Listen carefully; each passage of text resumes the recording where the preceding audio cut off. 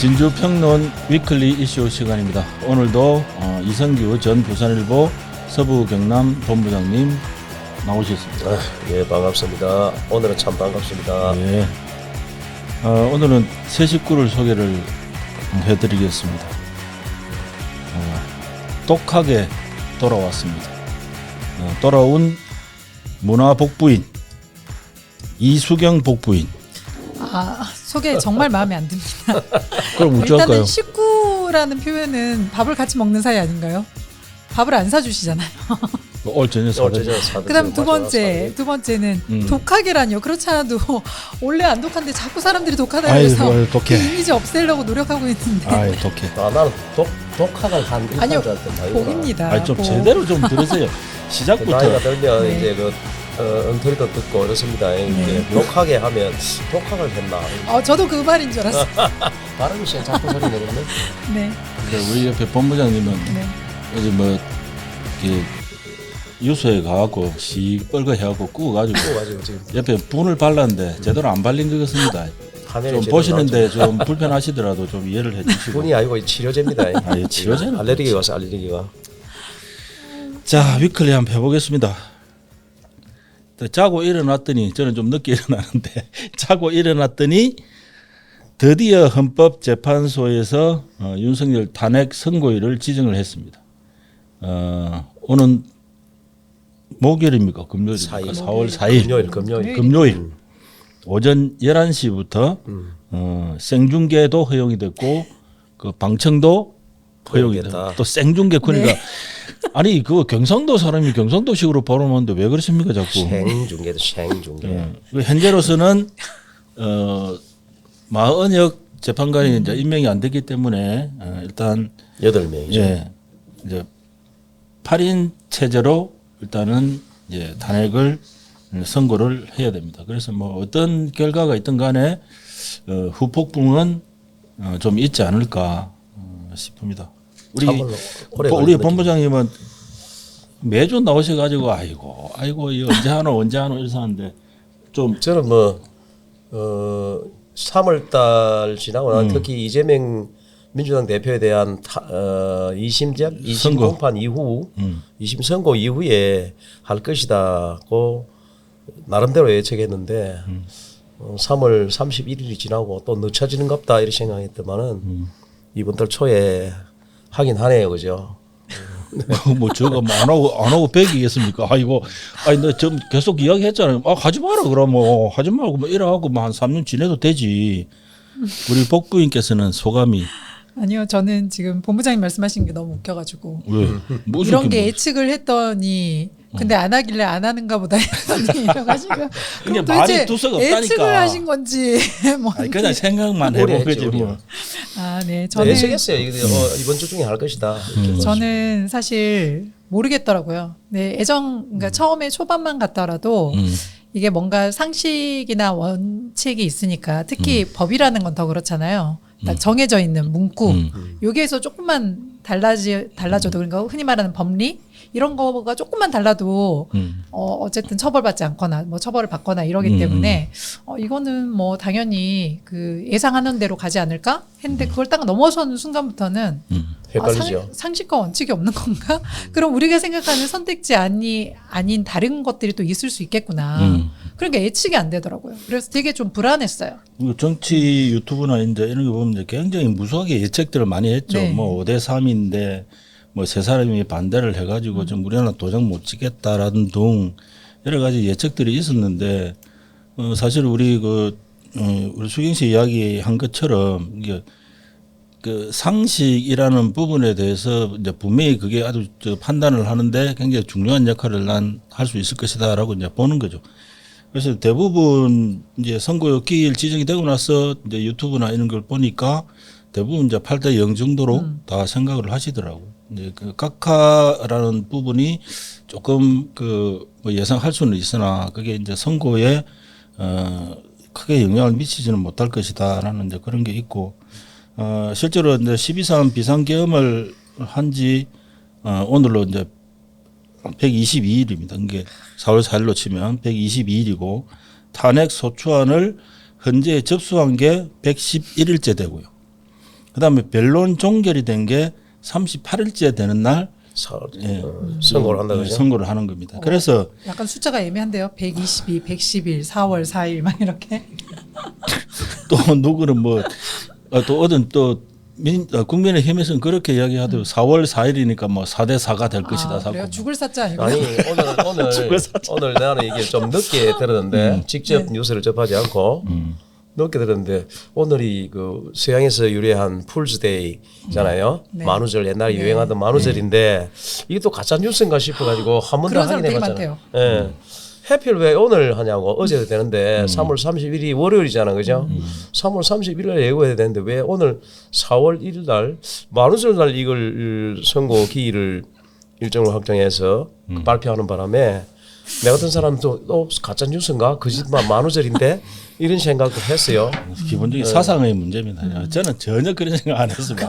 아이고 인자 하나. 아 그래요? 그렇게 아니, 나는 생각했어요. 이거 요 앞에 국무총리 뭐 탄핵 기각 그 누구야 또 검사들 기각 뭐 할 때 이게 바둑으로 치면 포석하는 거다 포석. 그 다음에 이재명 대표의 그 2심 선고 이후에 하라고 국민의힘에서 계속 주장했잖아요. 한덕수 총리를 먼저 해라는 등 다 들어주고 난 뒤에 하는 것이다. 포석을 깔았다. 나 그렇게 생각했고 곧 할 것이라는 건 예측했죠. 이제 헌재 선고가 자꾸 지연이 되면서 이제 뭐 국민들의 상당한 피로감을 가진 건 사실이죠. 가진 것도 사실이고 그래서 이제 이 탄핵 선고가 어떻게 될 것인가에 대해서 이제 뭐 전문가들이 많이 예상을 하고 있습니다. 하고 있는데 물론 근데 정치 성향이나 이런 거에 따라 가지고 뭐 8대 0이다. 7대 1은 안 나올 것이다. 왜? 그 한 명은 죽을 거다 아마 선거가 만약에 인용이 되면 7대 1에서 그 한 명은 그에 맞아 죽을 수도 있다. 그래서 6대 2 뭐 이런 식으로 그 소수 의견 쪽으로 갈리지는 않을 것이다. 저는 예전부터 꾸준히 그렇게 주장해왔고 명식이 헌법재판관 8명 전체가 우리나라 최고 학과인 최고 학부의 최고 학과인 서울대 법대 출신들이라고 하는데 뭐 서울대 법대가 사실 뭐 서울대 법대 들어갈 때는 뭐 부정행위나 해서 들어간 건 아니겠죠. 그리고 사법시험을 통과한 이후에 전부 법관들 출신인데 법관들이 되려면 사법시험 성적도 아주 우수해야 되죠. 그 사람들이 뭐 좀 부정행위를 해서 법관이 됐다든지 그런 거는 듣지 못했으니까 그다음 또 뭐 명시 우리나라 최고 법과대학인 서울대 법학과에서 설마 뭐 헌법을 안 가르치겠나 헌법을 법주의 헌법을 읽어보면 답은 나와 있어요. 그래서 저는 이제부터 뭐 틀릴지도 모르겠습니다만 8대 0이 아니면 이는 있을 수가 없는 일이다. 저는 뭐 지금까지도 그렇게 생각합니다. 그럼 저도 8대 0, 8대 0. 우리 복부인은 저는 당연히 8대 0이라고 저도 생각을 하죠. 그런데 지금 언론에서 계속 이야기를 하는 게 저는 언론이 참 무책임한 게 계속해서 이 재판관의 그 성향을 보수 성향이냐 진보 성향 이걸 이야기를 하잖아요. 네, 그래서 도대체 왜 자꾸 이 내용을 가지고 이야기하지 않고 성향을 자꾸 이야기하나? 그러면 일반 시민들이 볼 때는 그냥 그 언론 보도문 내용만 보면 이게 헌법재판소라는 곳이 뭔가 판결을 할 때 성향을 가지고 하는 곳인가 보다. 그럼 이게 어느 성향에 따라서 판결이 달라질 수 있다는 건가? 이렇게 생각이 들 정도로 너무 잦은 보도가 있었어요. 그런데 사실 헌법재판소가 우리 정치사의 타협의 선물이에요. 타협의 산물이라고. 이게 사실상 무조건 법리에만 따르는 그런 판결을 하는 기구가 아닙니다, 저게. 하도 우리가 이제 군사 독재 이후 그죠 여러 가지의 그 헌법 개정을 통해 가지고 만들어낸 정치적 타협의 산물인데 그래서 이제 대통령 3명, 대법원장 3명, 국회 3명이 추천해서 구인으로 이루어진 어떻게 보면 정확하게 이야기하자면 저게 헌법재판소는 정치적 사법기관이에요. 정치적 사법기관. 저는 사실 근데 그게 동의가 안 돼요. 정치를 떠날 수가 없어요. 왜? 만들어질 때 정치적 타협을 통해서 만들어진 기구이기 때문에 안 그러면 무조건 법리대로만 해소하려면 굳이 헌법재판소를 만들 필요가 없고 대법원에서 하면 되니까 이게 정치적 타입의 산물이기 때문에 정치적인 사안이나 영향을 받을 수밖에 없는 기관이다 그렇게 생각되지만 이번 그 대통령의 탄핵 같은 경우는 너무나 명백하고 온 국민이 생중계를 TV로 생중계를 다 받겠기 때문에 그 다음에 뭐 이걸 법률적으로 뭐 어떻게 뭐 내란이 되고 안 되고 그거는 차후 문제고 일단 대통령의 선서, 대통령이 취임할 때 제일 먼저 하는 게 대통령 선서인데 대통령은 제일 먼저 헌법을 준수하고 나온다. 헌법을 준수하고 뭐 국가를 보위하고 뭐 대통령에게 주어진 뭐 책무를 다해서 국민의 행복과 뭐 국가 번영 이바지하겠다 하는 건데 제일 중요한 게 헌법의 준수잖아요. 근데 뭐 근데 본부장님 어? 대통령 선서문을 왜 본부장이 외우고 계세요? 아니 근데 이번 사태로 헌법 공부나 이런 걸 국민들이 많이 하고 네, 그 진짜. 서울대 법대부도 많이 했다니까. 읽어보면 고등학생이 읽어 한 번만 읽어보면 탄핵돼야 된다는 탄핵한다는 게 명백해요. 이게 우리 이제 국민들이 이제 이번 이제 탄핵 정국을 거치면서 저 민주주의 속살이 뭔지를 좀 많이 봤다고 저는 생각을 해요. 그 중앙대학교 김누리 교수가 그런 이야기 한 적이 있는데 우리 대한민국은 민주주의로 진행되는 과정이 아니다. 아직까지 어떤 파시스트, 어떤 그 특정 권력들이 나라 전체를 가지고 노는 그런 아직까지도 그런 과정이 있다라는 게 사실은 명백해졌잖아요. 그리고 그 박근혜 대통령 탄핵 정국 때도 물론 찬반의 그런 의견들이 있었지만 지금처럼 이 국민이 완전히 이 반으로 갈려 가지고 극렬하게 어떤 자신의 주장을 내세우고 하는 이런 부분들이 사실 그거는 내 자신의 의견을 표현하는 그 정도가 아니라 상대방에게 강요를 하는 수준까지 가버렸다는 것은 그건 진정한 민주주의라고 보기 어렵다. 그런 측면에서 이번 윤석열 탄핵 그 선고가 어떻게 되느냐에 따라서 우리 대한민국의 그 민주주의가 어떻게 가는가. 정말 파시스트주의로 가는 건지 아니면 진정한 민주주의로 갈 수 있는 건지 저는 그 갈림길에 서 있다고 이제 보는 겁니다. 우리나라는 나는 이렇지 않은데 이것도 이제 민주화가 되고 하는 과정 중에 하나다 이렇게 생각하는데 우리나라 솔직히 뭐 정부 수립진 70년 넘어 되죠, 그죠? 민주주의가 시작된 게 저는 한 20년 남짓 된다고 봅니다. 정권 수평적 정권 교체가 된 게 한 20년 되죠, 그죠? 그 정도 되기 때문에 실질적으로 민주주의가 뭐 정착됐다고 볼 수는 없고 지금도 민주주의를 향하고 있는 과정이다 이렇게 생각하고 굉장히 이번에 취약성을 이제 드러내죠. 그러니까 국민 중에 그 법무장 말씀하신 것처럼 헌법재판소가 가진 그 본래의 기능, 고유의 기능 이런 부분들에 대해서 많은 사람들이 그 기능을 제대로 인식을 안 한다는 거예요. 그럼에도 불구하고 잘 몰라요. 법률에 근거해서 어떤 판단이 되어져야 되는데 정치적 성향에 흔들리고 여론에 흔들리고 하는 이런 부분들이 제가 볼 때는 성숙한 민주주의가 되지 못했다는 거예요. 그래서 이번 이 탄핵 선고가 이제 상당히 대한민국 민주주의라는 큰 틀에서 볼 때도 이제 상당히 큰 영향을 미칠 수 있을 것이다라고 이제 보여지는 거고 만약에 4월 4일에 탄핵이 이제 인용이 되면 이제 60일 이내에 대통령 선거를 이제 하게 되죠.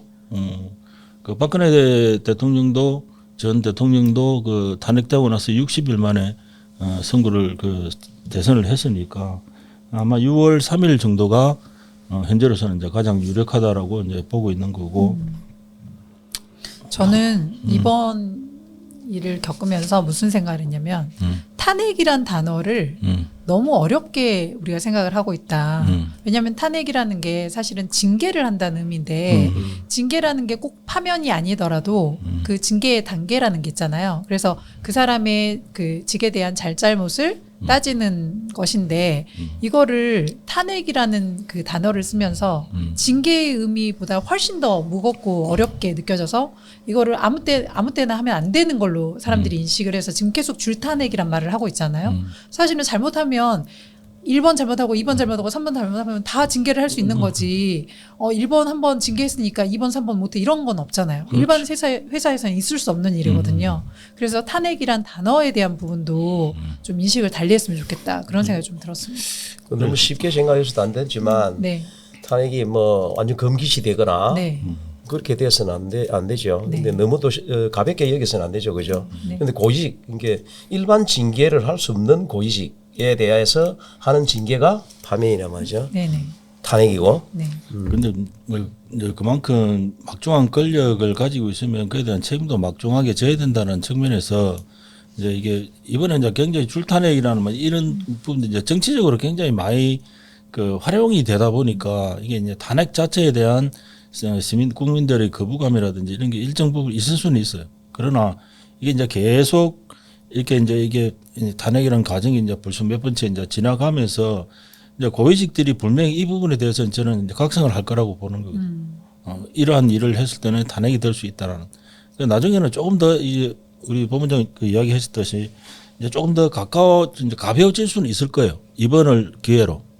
저따구 짓을 하면 분명히 탄핵된다라는 걸 바로 이야기해도 그냥 징계 절차죠. 네, 그게 헌법상의 징계 절차거든요. 그게. 그래서 탄핵이 기각이나 또는 뭐 각하가 되면은 뭐 업무 복귀가 될 건데 이제 문제는 이제 그런 거는 고마 뺍시다. 저는 그런 가능성은 저는 뭐 0%다. 그래서 탄핵 기각이나 또는 각하가 되면 이제 업무 복귀가 될 거고 뭐 지금 이제 탄핵이 인용되든 기각 또는 각하가 되는 간에 이제 선고 이후가 사실은 이제 더 좀 중요하죠. 이제 이 전국을 어떻게 이제 수습해 나갈 것인가 하는 문제고 또 대선까지 60일의 또 기간이 있으니까 그 기간 안에 어떻게 지금 빨리 우리 뭐 거창하게 말하면 뭐 국가의 안위 혹은 국가의 미래, 대한민국의 미래를 어떻게 좀 제대로 좀 정상화시켜 갈 것인가. 그러기 위해서는 헌법재판소의 탄핵 선고에 대해서 여야 혹은 찬성을 하든 반대를 하든 저는 절대 승복을 해야 된다라고 생각을 합니다. 저는 사실 4월 4일 그 선고가 나면 급속도로 대선 국면에 들어가기 때문에 그 자그마한 뭐 이런 불복이나 이런 거는 있을지 모르지만 급속도로 승복되고 바로 선거 국면으로 빨려 들어간다 이렇게 봅니다. 그렇게 요 앞에도 그렇게 됐고 뭐 크게 큰 불상사가 없을 겁니다. 왜냐 새로운 대통령을 선출해야 되고 그게 더 큰 이슈이기 때문에 그렇게 될 그리고 겁니다. 뭐 하여튼 이게 좀 마무리가 되고 나면 이번 12.3 비상계엄에 대해서 그 관련자들에 대한 처벌은 저는 좀 확실하게 해야 된다고 보거든요. 이러한 일이 재발하지 않으려면 그 처벌 조항에 딱 맞춰서 뭐 이렇게 뭐 옛날처럼 봐준다든지 뭐 이런 거 없이 정말 냉혹하게 이제 판결을 내서 그에 대한 책임을 지게끔 만들어야 향후에 이러한 일들이 좀 다시 일어나지 않을 것이다 하는 그런 부분들도 좀 상당히 중요할 것 같습니다. 어찌됐든 간에 일단 헌법재판소가 탄핵 선고일을 지정을 했습니다. 속이 시원한 하루였습니다. 네, 이제 자고 일어나니 뭐 세상이 바뀌더라 이런 말이 다른 이야기 아닌 것 같아요. 너무 자주 겪고 있는 것 같아요. 그런 거 자주 겪으면 안 돼. 좋은 네, 쪽으로 그러니까. 좋은 쪽으로 그런데, 겪어야지. 네, 자꾸 너무 자주인 것 같아요. 느닷없는 그야말로 네. 진짜로 그러니까요. 느닷없는 사태였고 저는 우리 그렇게 계엄 생각하는데. 발표했을 때도 가짜 뉴스인 줄 알았잖아요. 그 가짜 뉴스인 줄 알고 뭐 그러는데 오늘도 또 만우절이라 또 가짜 뉴스인 줄 네. 알고. 오늘 친구가 텔레비 봐라. 비상계엄 했다 보길래 장난하나. 저는 그런 그러니까요. 기억이 납니다. 네. 그게 벌써 122일 전의 일입니다. 예, 헌법재판소 탄핵 선고일 지정은 이 정도로 마무리를 하고 그다음에 이제 산청 산불 관련해 가지고 좀 이야기를 해보겠습니다. 산청 산불이 발발이 되고 난 이후에 우리 진주 평론 유튜브에서는 그 산청 산불 24시간 CCTV 150시간 특별 생중계를 했습니다. 왜 웃어요? 그 150시간 하기 쉬운 줄 아세요? 앉아가지고. 그러니까요. 어? 네, 그거에 대한 성과가 어떤지가 궁금해서 웃었습니다. 이제 시청해 주신 분들도 많고 한 5,500회 넘게 조회수는 그리 나왔고 시청 시간도 좀 관심이 있다 보니까 좀 많이 나온 것 같습니다. 감사드리고 그래서 이제 대략적으로 좀 이렇게 이제 정리를 좀 해야 될 시점이라서 이제 결론적으로 보면 일단 열흘간 산청 산불은 열흘간 축구장 2,602개 정도의 면적을 태우고 진화가 됐습니다. 3월 30일 촬영일 기준으로 어제죠. 3월 30일 완전히 진화됐고 이제 지금부터는 이제 피해 복구, 또 이재민 지원, 이제는 이제 복구의 시간이 이제 다가오고 있습니다. 이번 산불 사태를 보면서 지금 농촌이 고령화 심각하잖아요, 그죠? 그다음에 지역 소멸되고 있는 상태, 진행이 되고 있는 상태에서 이렇게까지 자그마한 실수가 이렇게까지 전국을 강타하는, 그러니까 아마 그 지역에 농촌 지역에 사시는 우리 그 주민들도 고령화된 주민들도 이번에 아마 새삼 느꼈을 겁니다. 안동 지역의 경우 보니까 뭐 시가지를 위협할 정도 되고 이 정도 사태까지 왔다는 것은 사실 미국이나 뭐 캐나다나 호주나 이런 데 발생했던 문제가 난 남의 동네에서나 볼 수 있는 그런 일이죠. 사태가 우리도 겪을 수 있다는 것을 새삼 인식시킨 계기도 됐을 것이고 사실 그래요. 촌에 저도 뭐 사정은 압니다만은 방송을 매일 한다고 매일 건조주의보 내리면 제발 좀 불태우게 하지 말라고. 그래도 솔직히 말하면 우리 할머니 우리 뭐 아침에 연세 많으신 분들이 말을 좀 위험한 걸 못 느껴 가지고 그 뭐 소각 행위를 하는 경우가 많아요. 아무리 오늘도 어디 불 났었더라면서요. 근데 뭐 진주에 오늘도 맹석, 명석이나 아직도 그렇습니다. 이렇게 건조주의 아무리 아침마다 어제 내가 촌에 그 향사 때문에 있다 보니까 오전 6시 되니까 마을 방송을 하더다 이장이 제발 불태우게 하지 말라고. 그런데도 불태기를 뭐 아이고 우리 집은 괜찮다 이러면서 또 태운다고. 그러다 실수로 이제 이런 큰 산불을 발생시키게 되죠. 그죠. 이번에 좀 느낀 점이 있지 않았나? 마을에 사시는 농촌 마을에 사시는 어르신들도 이번에 좀 상당히 좀 느꼈을 것이다. 이렇게 생각되죠. 이게 산불 원인이 크게 이제 자연적 요인이 있고 인위적 요인이 있잖아요. 근데 최근 대형 산불들이 인위적 요인이 거의 60% 이상이래요. 근데다가 저희가 알고 있지만 기후 변화로 인해서 뭐 낙뢰, 자외선, 그다음에 뭐 고온 건조한 기후 이런 것들로 인해서 또 자연적인 요인도 상승되고 있는 거거든요. 그러니까 인위적인 요인이 아니더라도 자연적으로 발생하는 화재들이 있는데 최소한 인위적으로 발생되는 화재라도 우리가 막아야 되지 않나. 그리고 본부장님 방금 말씀하신 것처럼 기존에는 다들 그러신 것 같아요. 설마가 아니라 그냥 지금까지 내가 살면서 없었던 일이기 때문에 나한테 일어나지 않는 일? 이렇게 생각을 했는데 이번에 엄청나게 크게 산불이 오랫동안 또 지속되는 걸 보면서 사람들이 이게 남일이 아니구나라는 그런 경각심은 솔직히 생긴 것 같아요. 그러니까 뭐 그런 기회는 되지 않았나. 하지만 예방에 대한 부분들이 단순하게 개인이 뭐 소각을 금지하고 이런 수준을 떠나서 사실 삼천도 이번에 보니까 애초기 거기에서 이제 불이 뭐 불똥이 돌하고 부딪히면 부싯돌 역할처럼 해서 불똥이 튄다고 하더라고요. 근데 그때 이제 당시에 기후 조건이 불이 잘 이렇게 번질 수 있는 상황이면 또 이제 불이 크게 나는 거고 아니면 또 금방 끄기도 하는 건데 그런 이제 기계 관리 같은 경우도 농촌에 계시는 분들이 사실 많이 신경을 안 쓰고 아끼다 보니까 또 오래 보관해놨다가 또 필요할 때 되면 조금 이렇게 고쳐서 쓰시고 이러잖아요. 근데 그런 부분들도 좀 약간 정비나 이런 것들이 필요하지 않나. 그 정기적인 정비 이런 거에 대한 생각도 필요할 것 같아요. 단순히 소각만 생각할 게 아니라 그런 것도 좀 필요합니다.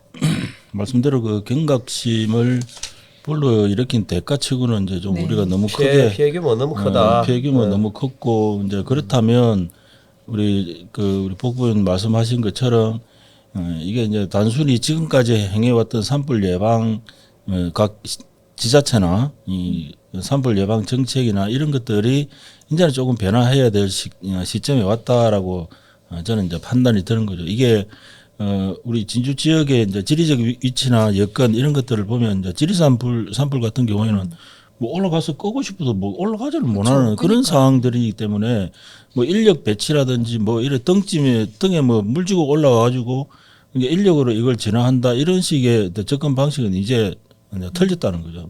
아니다라는 게 이번에 확인이 됐으니까 좀 그러한 부분에 있어서 이제 경남도지사가 산불 진화 헬기 뭐를 비롯해가지고 첨단 장비들을 좀 확보를 해야 된다. 이제 이렇게 필요성을 역설을 냈고 이성화 산청 군수도 그런 이야기를 했다 하더라고요. 그래서 단순하게 지금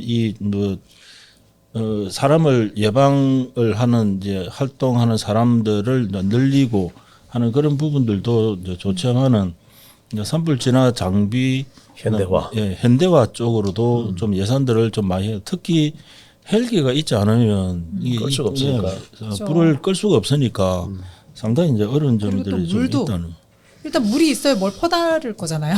그러니까. 근데 그 근처에 물이 없으면 또 그런 것도 있고 또 한 가지는 말씀하신 것처럼 첨단 장비도 첨단 장비인데 이 산불 감시원들 있잖아요. 근데 사실 감시원은 감시만 하는 거잖아요. 그분들이 불을 보고 뭐 불을 끌 수 있던지 이런 대응 능력이 과연 있는가 발견했을 당시.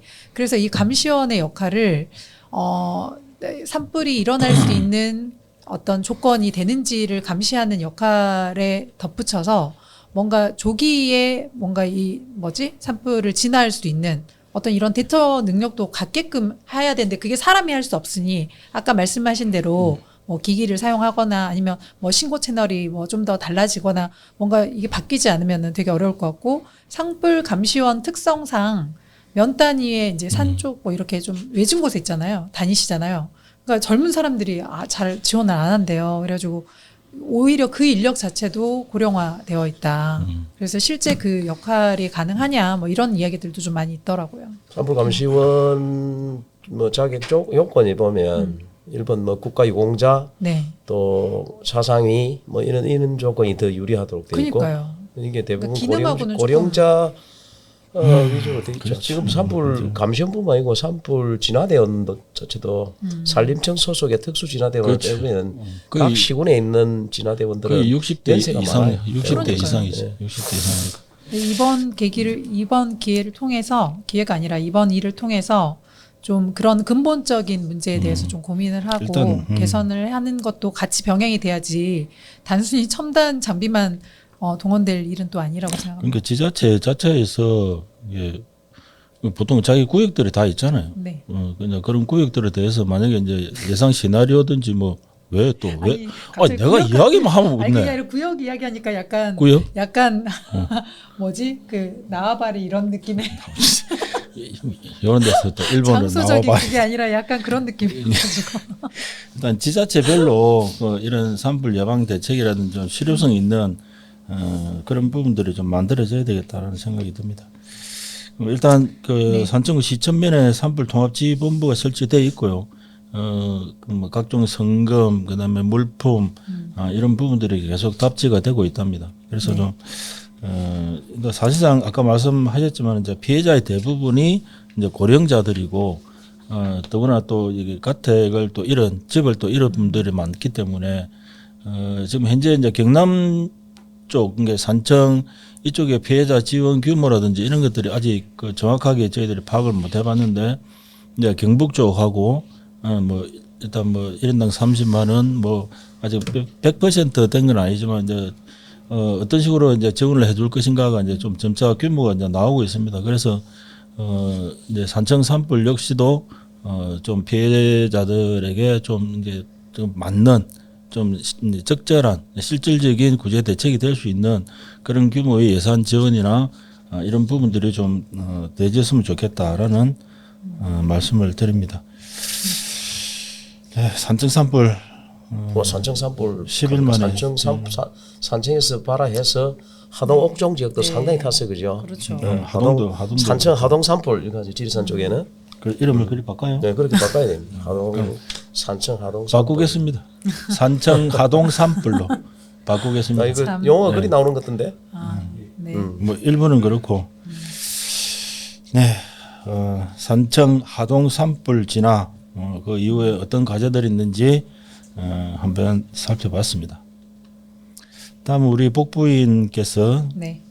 그 물은 그 복부인 별로 그 좋은 말 아니거든요. 문화 복부인이라고 해주세요. 문화 복부. 그냥 복부인하고 문화 복부인 다르거든요. 그 발음한 게 팔잖아요. 그냥 복부인. 그리고 그거 복부인 하면 다른 사람 독부인인 줄 안다고요. 그거 참 처음부터 계속 발음 가지고 경상도 사람이 경상도 그래도 발음하지. 알아듣게 하셔야죠. 방송을 하고 예, 계시지 않습니까? 이수경 문화 복부인께서 네, 감사합니다. 물은 박씨가 있죠. 네. 저는 호국마루 하무스터에 대해서 좀 이야기를 하려고 하는데요. 사실 호국마루에 뭐 여러 가지 이슈가 있긴 하지만 거기에 이제 카페를 만들고 그 옆에 이제 기념품 샵이 같이 있습니다. 근데 시작은 좋았던 것 같아요. 왜냐하면 일반 시민들에게 오픈을 해서 그 기념품 샵에 전시하고 홍보하고 판매할 수 있는 이제 기회를 주는 공모를 한 거죠. 그러니까 기존 몇 개 업체를 다이렉트로 뭐 용역을 주거나 입찰을 해서 하는 방식이 아니었기 때문에 그 방식은 참 좋았는데 문제는 이렇게 진행되면서 수수료가 무려 30%나 됐다는 거죠. 그래서 처음 할 때 만약에 10,000원의 상품이다. 그러면 30%의 수수료를 떼는데 30%의 플러스 부가세까지 같이 그 판매업자가 아니라 사업자에게 제공자에게 부여를 한 거죠. 부과를 한 거죠. 그럼 실질적으로 40%였네요. 40%라고 말하기는 그런데 어쨌든 30%고 부가세가 별도라고 했어요.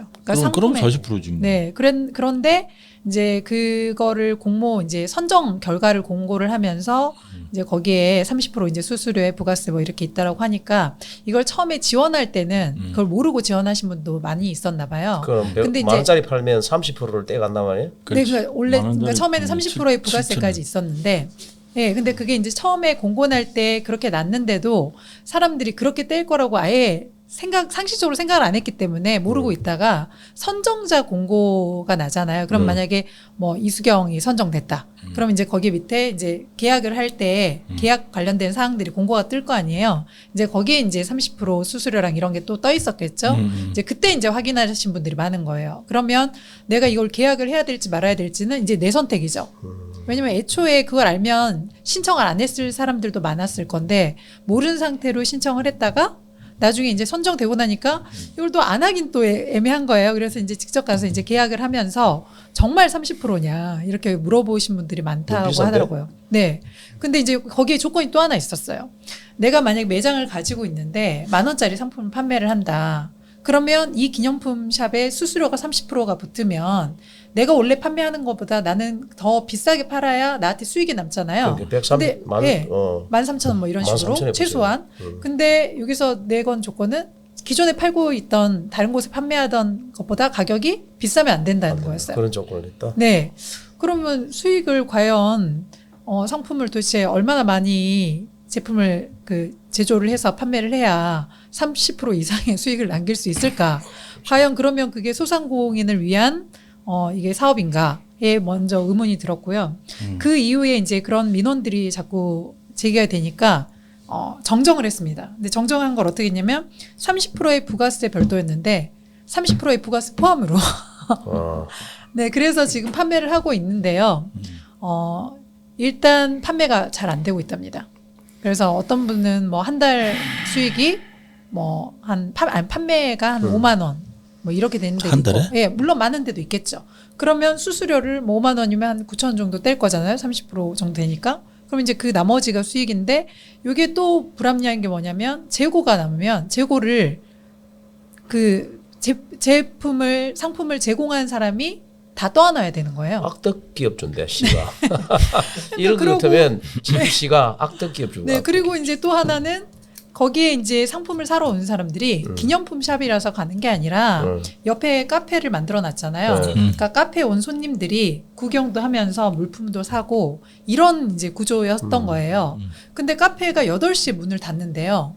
근데 이 상품점은 9시까지 영업을 하면 카페에 불이 꺼져 있고 영업을 안 하면 사람들이 일단 유입이 그만큼 덜 할 거잖아요. 밤 시간대. 근데 또 이제 이게 이 상품을 판매하는 사람은 기간제처럼 이렇게 고용해서 하기 때문에 그냥 나머지 1시간은 그냥 자리를 지키고 있는 형태. 그래서 이게 근본적으로 도대체 누가 설계를 했는지 이렇게 운영을 할 수 있나. 의원님 요즘에 시가 좀 어렵습니까? 어렵지. 예산도 줄고. 예산도 줄고. 아니 그래도 이게 시민의 세금으로 만든 공간이잖아요. 근데 저는 1차적으로는 물론 그 형식은 참 좋았으나 애초에 뭔가 시민의 세금으로 그런 카페 같은 걸 인위적으로 만들어서 입찰을 통해서 누군가 개인에게 줘서 그 개인이 수익을 창출하게 하는 방식도 문제라고 생각해요. 만약에 이게 동떨어져 있는 뭐 청동기 박물관이나 어디 멀리 떨어져 있는 데라서 그런 카페들이 잘 없다 하면 그 카페를 통해서 수익도 내고 또 기념품도 판매도 하고 이런 기능을 할 수 있는데 사실 지금 1호 광장이 있는 만경동 쪽이나 아니면 호국마루가 있는 쪽은 주변에 원래 카페들이 많았다고요. 그러면 그 카페에 갈 사람들을 여기서 뺏어가는 형태일 수도 있거든요. 우리 시민의 세금으로 만든 예산으로 만든 공공기념물에 내지는 공공공간에 새로운 상점을 열어서 영업을 하게 하면 그것도 수익을 내게 하면 옆에 있는 그럼 일반 시민들의 가게는 왜 되냐고. 그렇죠. 그래서 그 오히려 시민의 주변 세금이 카페가 오히려 칼이 돼서 돌아오는 그런 효과밖에 되겠냐고 이게. 네. 그 잘못된 설계지. 네, 근데 처음에 그렇게 1호 광장에 하고 또다시 같은 방식으로 이걸 했다는 게 중간에 누군가가 뭐 어쨌든 뭐 이런 브레이크를 거는 게 없었다는 거죠. 처음부터 이게 그때 이 문제 나왔을 때 토론할 때 이 문제가 나왔는데 그죠? 새로 신규 카페는 안 된다. 왜 주변의 카페에 영향을 미친다고 그렇죠. 이야기했고 했는데 거기 가면 사람들 막 1호 광장 카페에는 막 줄 서 있고 이런데요. 주변 카페에는 사람이 없어요. 그렇게 되면 안 되지. 네. 공공의 영역이 민간에 피해를 주면 안 된다고. 그러니까 이제 저는 그것도 그건데 이게 이제 박물관 국립진주박물관이나 그런 굿즈샵이나 이런 데도 아마 한 30% 가까이 하는 걸로 저는 그렇게 알아요. 그래요? 예. 이제 문제는 뭐냐면 제가 볼 때 이 이제 상품의 질이 문제예요. 자, 예를 들어서 30%의 매매수 수료를 가져간다라고 한다면 그 제품을 갖다 놓는 사람의 입장으로서는 원가를 줄이는 수밖에 없어요. 그렇죠. 그러니까 거기에는 수제품을 그러니까 손수 만들어 가지고 수제품을 가지고 자기가 30%의 그 이익을 낼 수는 없어요. 근데 그런 사람을 원한다는 게 문제죠. 아니, 그러니까 안 돼요. 그런 사람은 갈 수가 없는 거예요. 그러면 뭐냐?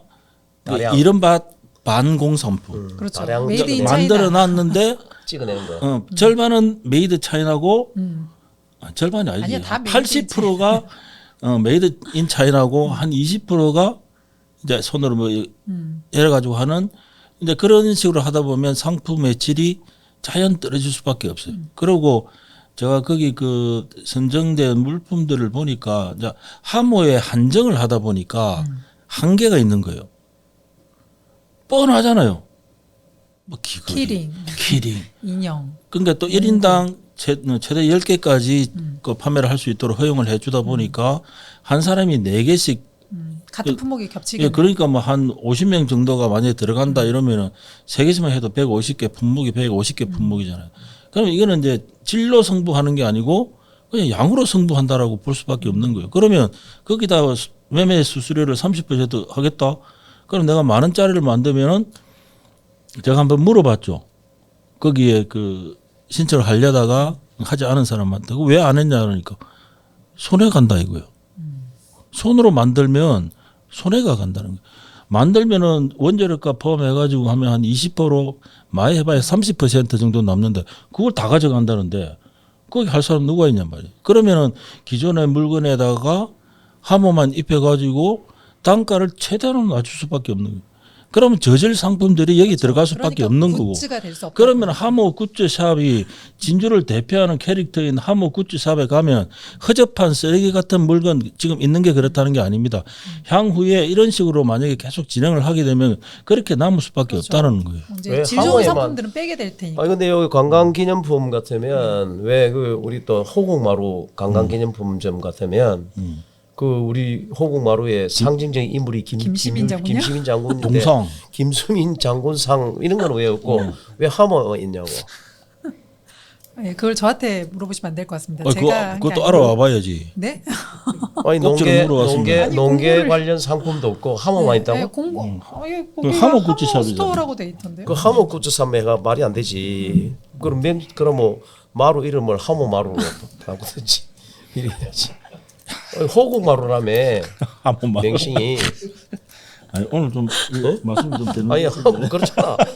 뭐 나는 입에 따라 아직 다른 것 같아요. 제가 와서 그런 것 같습니다. 우리 복부인, 이 문화 복부인께서 오시니까 완전히 뭐 분위기 확 달라지는 것 같은데. 아니 그 하모 마루도 아니고 호국 마루인데 호국 마루 같으면 진주성 저는 왜 전투와 호두마루 생각나요? 호두. 아니, 오늘 이상하네, 진짜. 아니 근데 그래 되면 우리 그 호국의 우리 그 상징인 거죠. 농계나 또 지금 김시민 장군이나 그렇죠. 뭐 이런 상이 있다든지 이렇게 돼야지. 그 진주 대첩 광장이잖아요. 어쨌든 간에. 그러니까, 그 역사성은. 그럼 진주 대첩과 관련돼서 뭐 나무 한 개라도 팔든지 촉성 모형을 팔든지 옛날에 그런 적이 있어요. 그 지역에서 관광 기념품을 만드는 사람들이 가장 큰 고충이 뭐냐면 뭘 하나 만들어 보고 싶어. 예를 들면 촉성도 모형을 하나 만들어 보고 싶어. 그럼 이 모형을 만드는데 드는 초기 그렇죠. 제작비가 엄청나게 든다고. 그럼 시에서는 뭐라 그러냐? 일단 만들어 봐라. 팔아줄랑 가느냐 그러니까. 누가 만들어요 그걸? 제가- 만드신 분들도 예. 있더라고요. 아니 제가 제 아는 분한테 솔직히 그 집은 아니고 진주 건무 인형을 한번 내가 만들어 보고 싶어. 그래서 한번 부탁을 했어. 건무 인형을 이제 제 모양대로 한번 만들어 봐라. 한 달쯤 이러니까 막 뭐 X 샀는 거예요 저보고. 그래 왜 그러니까 돈이 너무 많이 든다. 얼마 들었나? 300만 원 들었대요. 그렇지. 그게 전립도 만들고 옷도 비단으로 해가지고 하고 또 한복도 지어야 되니까 전립 이런 것도 지어야 되니까 그것도 칼도 만들어야지. 이게 보통이 아니라 이게. 이런 것들을 문화 지역의 관광기념품 혹은 호국 마루든 진주 대첩이든 이런 것들을 어떻게 해줘야 돼?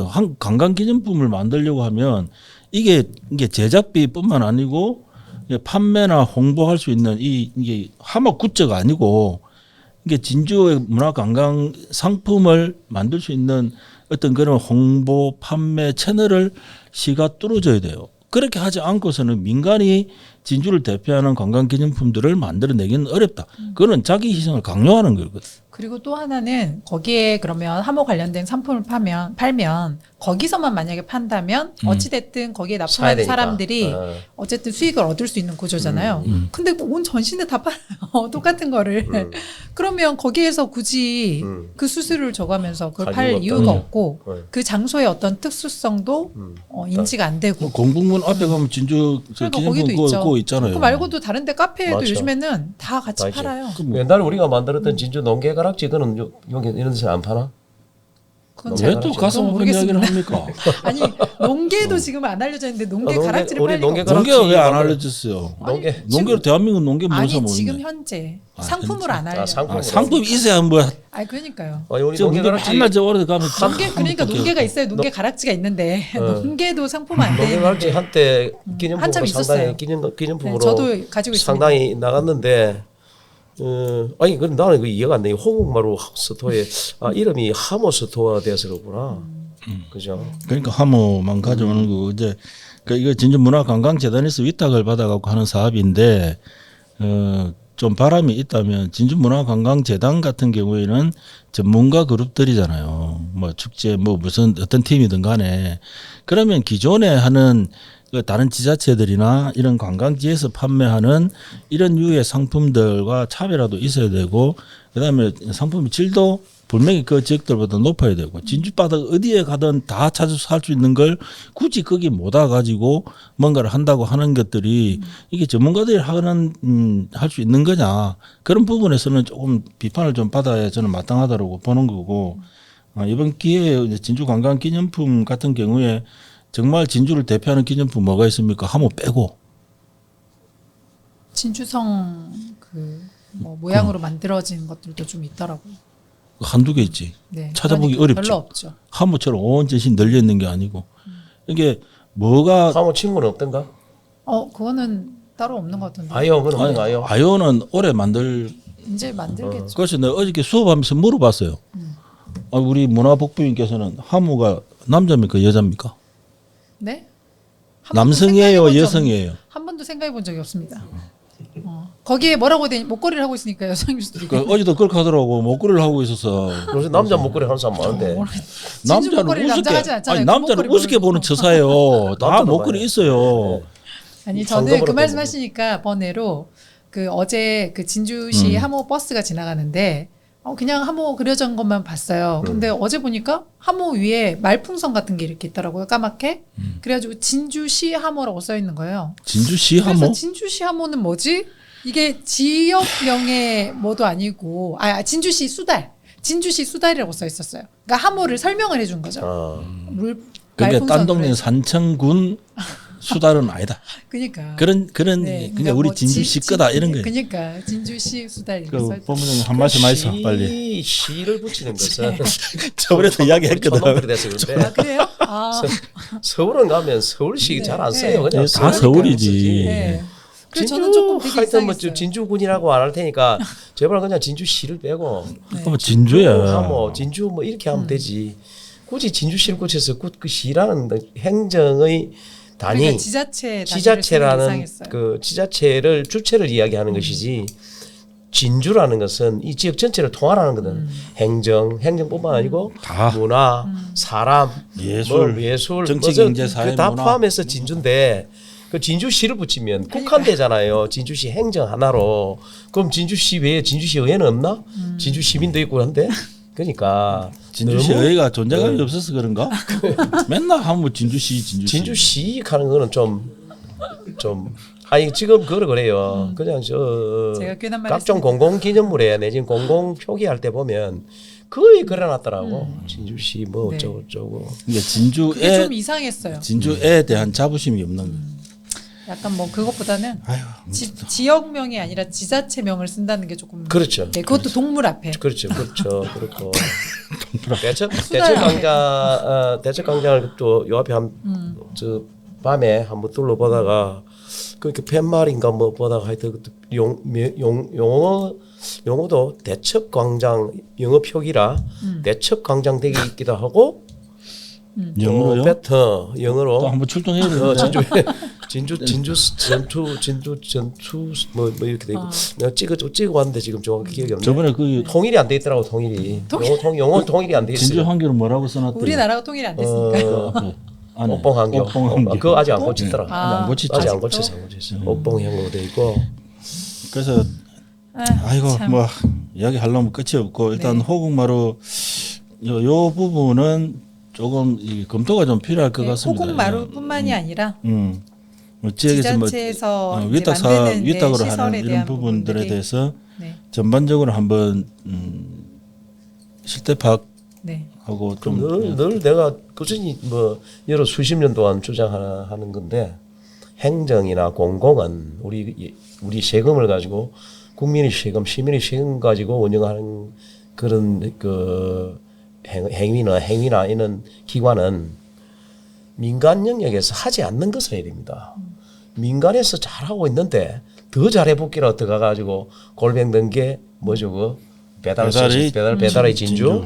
예? 그 민간에서 하는 게 공공이 들어가면 안 돼요. 대신 우리 세금을 가지고 우리 헬스가 운영되는 것은 민간에서 돈이 안 된다고 안 하는 분야를 우리 세금을 들여서 하는 게 그게 공공이지. 그렇죠. 쓰레기 청소라든지 하수 종말 처리라든지 뭐 이런 거 있죠, 그죠? 돈 안 되고 반드시 해야 되는 거 이런 게 공공이 하는 것이지. 아니 그럴 때야 뭐 진주시청에다가 큰 고급 음식집 하나 차려가지고 하면 장사 잘 되지. 술집을 하나 차려야지. 오늘 발언이 좀 위험한데 평소에는 이까지 안 가거든. 적당한 선에서 그냥 마무리 짓고 했는데 근데 나는 늘 주장한 게 그거예요. 공공은 민간 영역에 들어갈 때는 최소화해야 되고 반드시 필요한 부분 외에는 공공이 개입 안 하는 게 좋다. 그게 민주주의입니다. 민주 자유경제 질서고. 마쳐 되어 있습니다. 네. 말씀 다 끝냈어요. 호국마루고 좀 이상. 요 뒤에 어떻게 하실 건가요? 예? 이거 그냥 그 제보하면 끝나는 건가요? 뭐가? 후속 조치 이런 거에 대해서는 후속 조치를 한번 어떻게 알아봐야지. 하실 거예요? 우리가 어째 구속조치 어떻게 해요? 아니 어떻게 아니 그걸 이제 어떻게 진행되는지 그렇지. 어떻게 하는지 그거는 이제 그러니까요 그거를 말씀하셔야 그냥 박씨 물어와야지. 네 일단 알겠습니다. 예.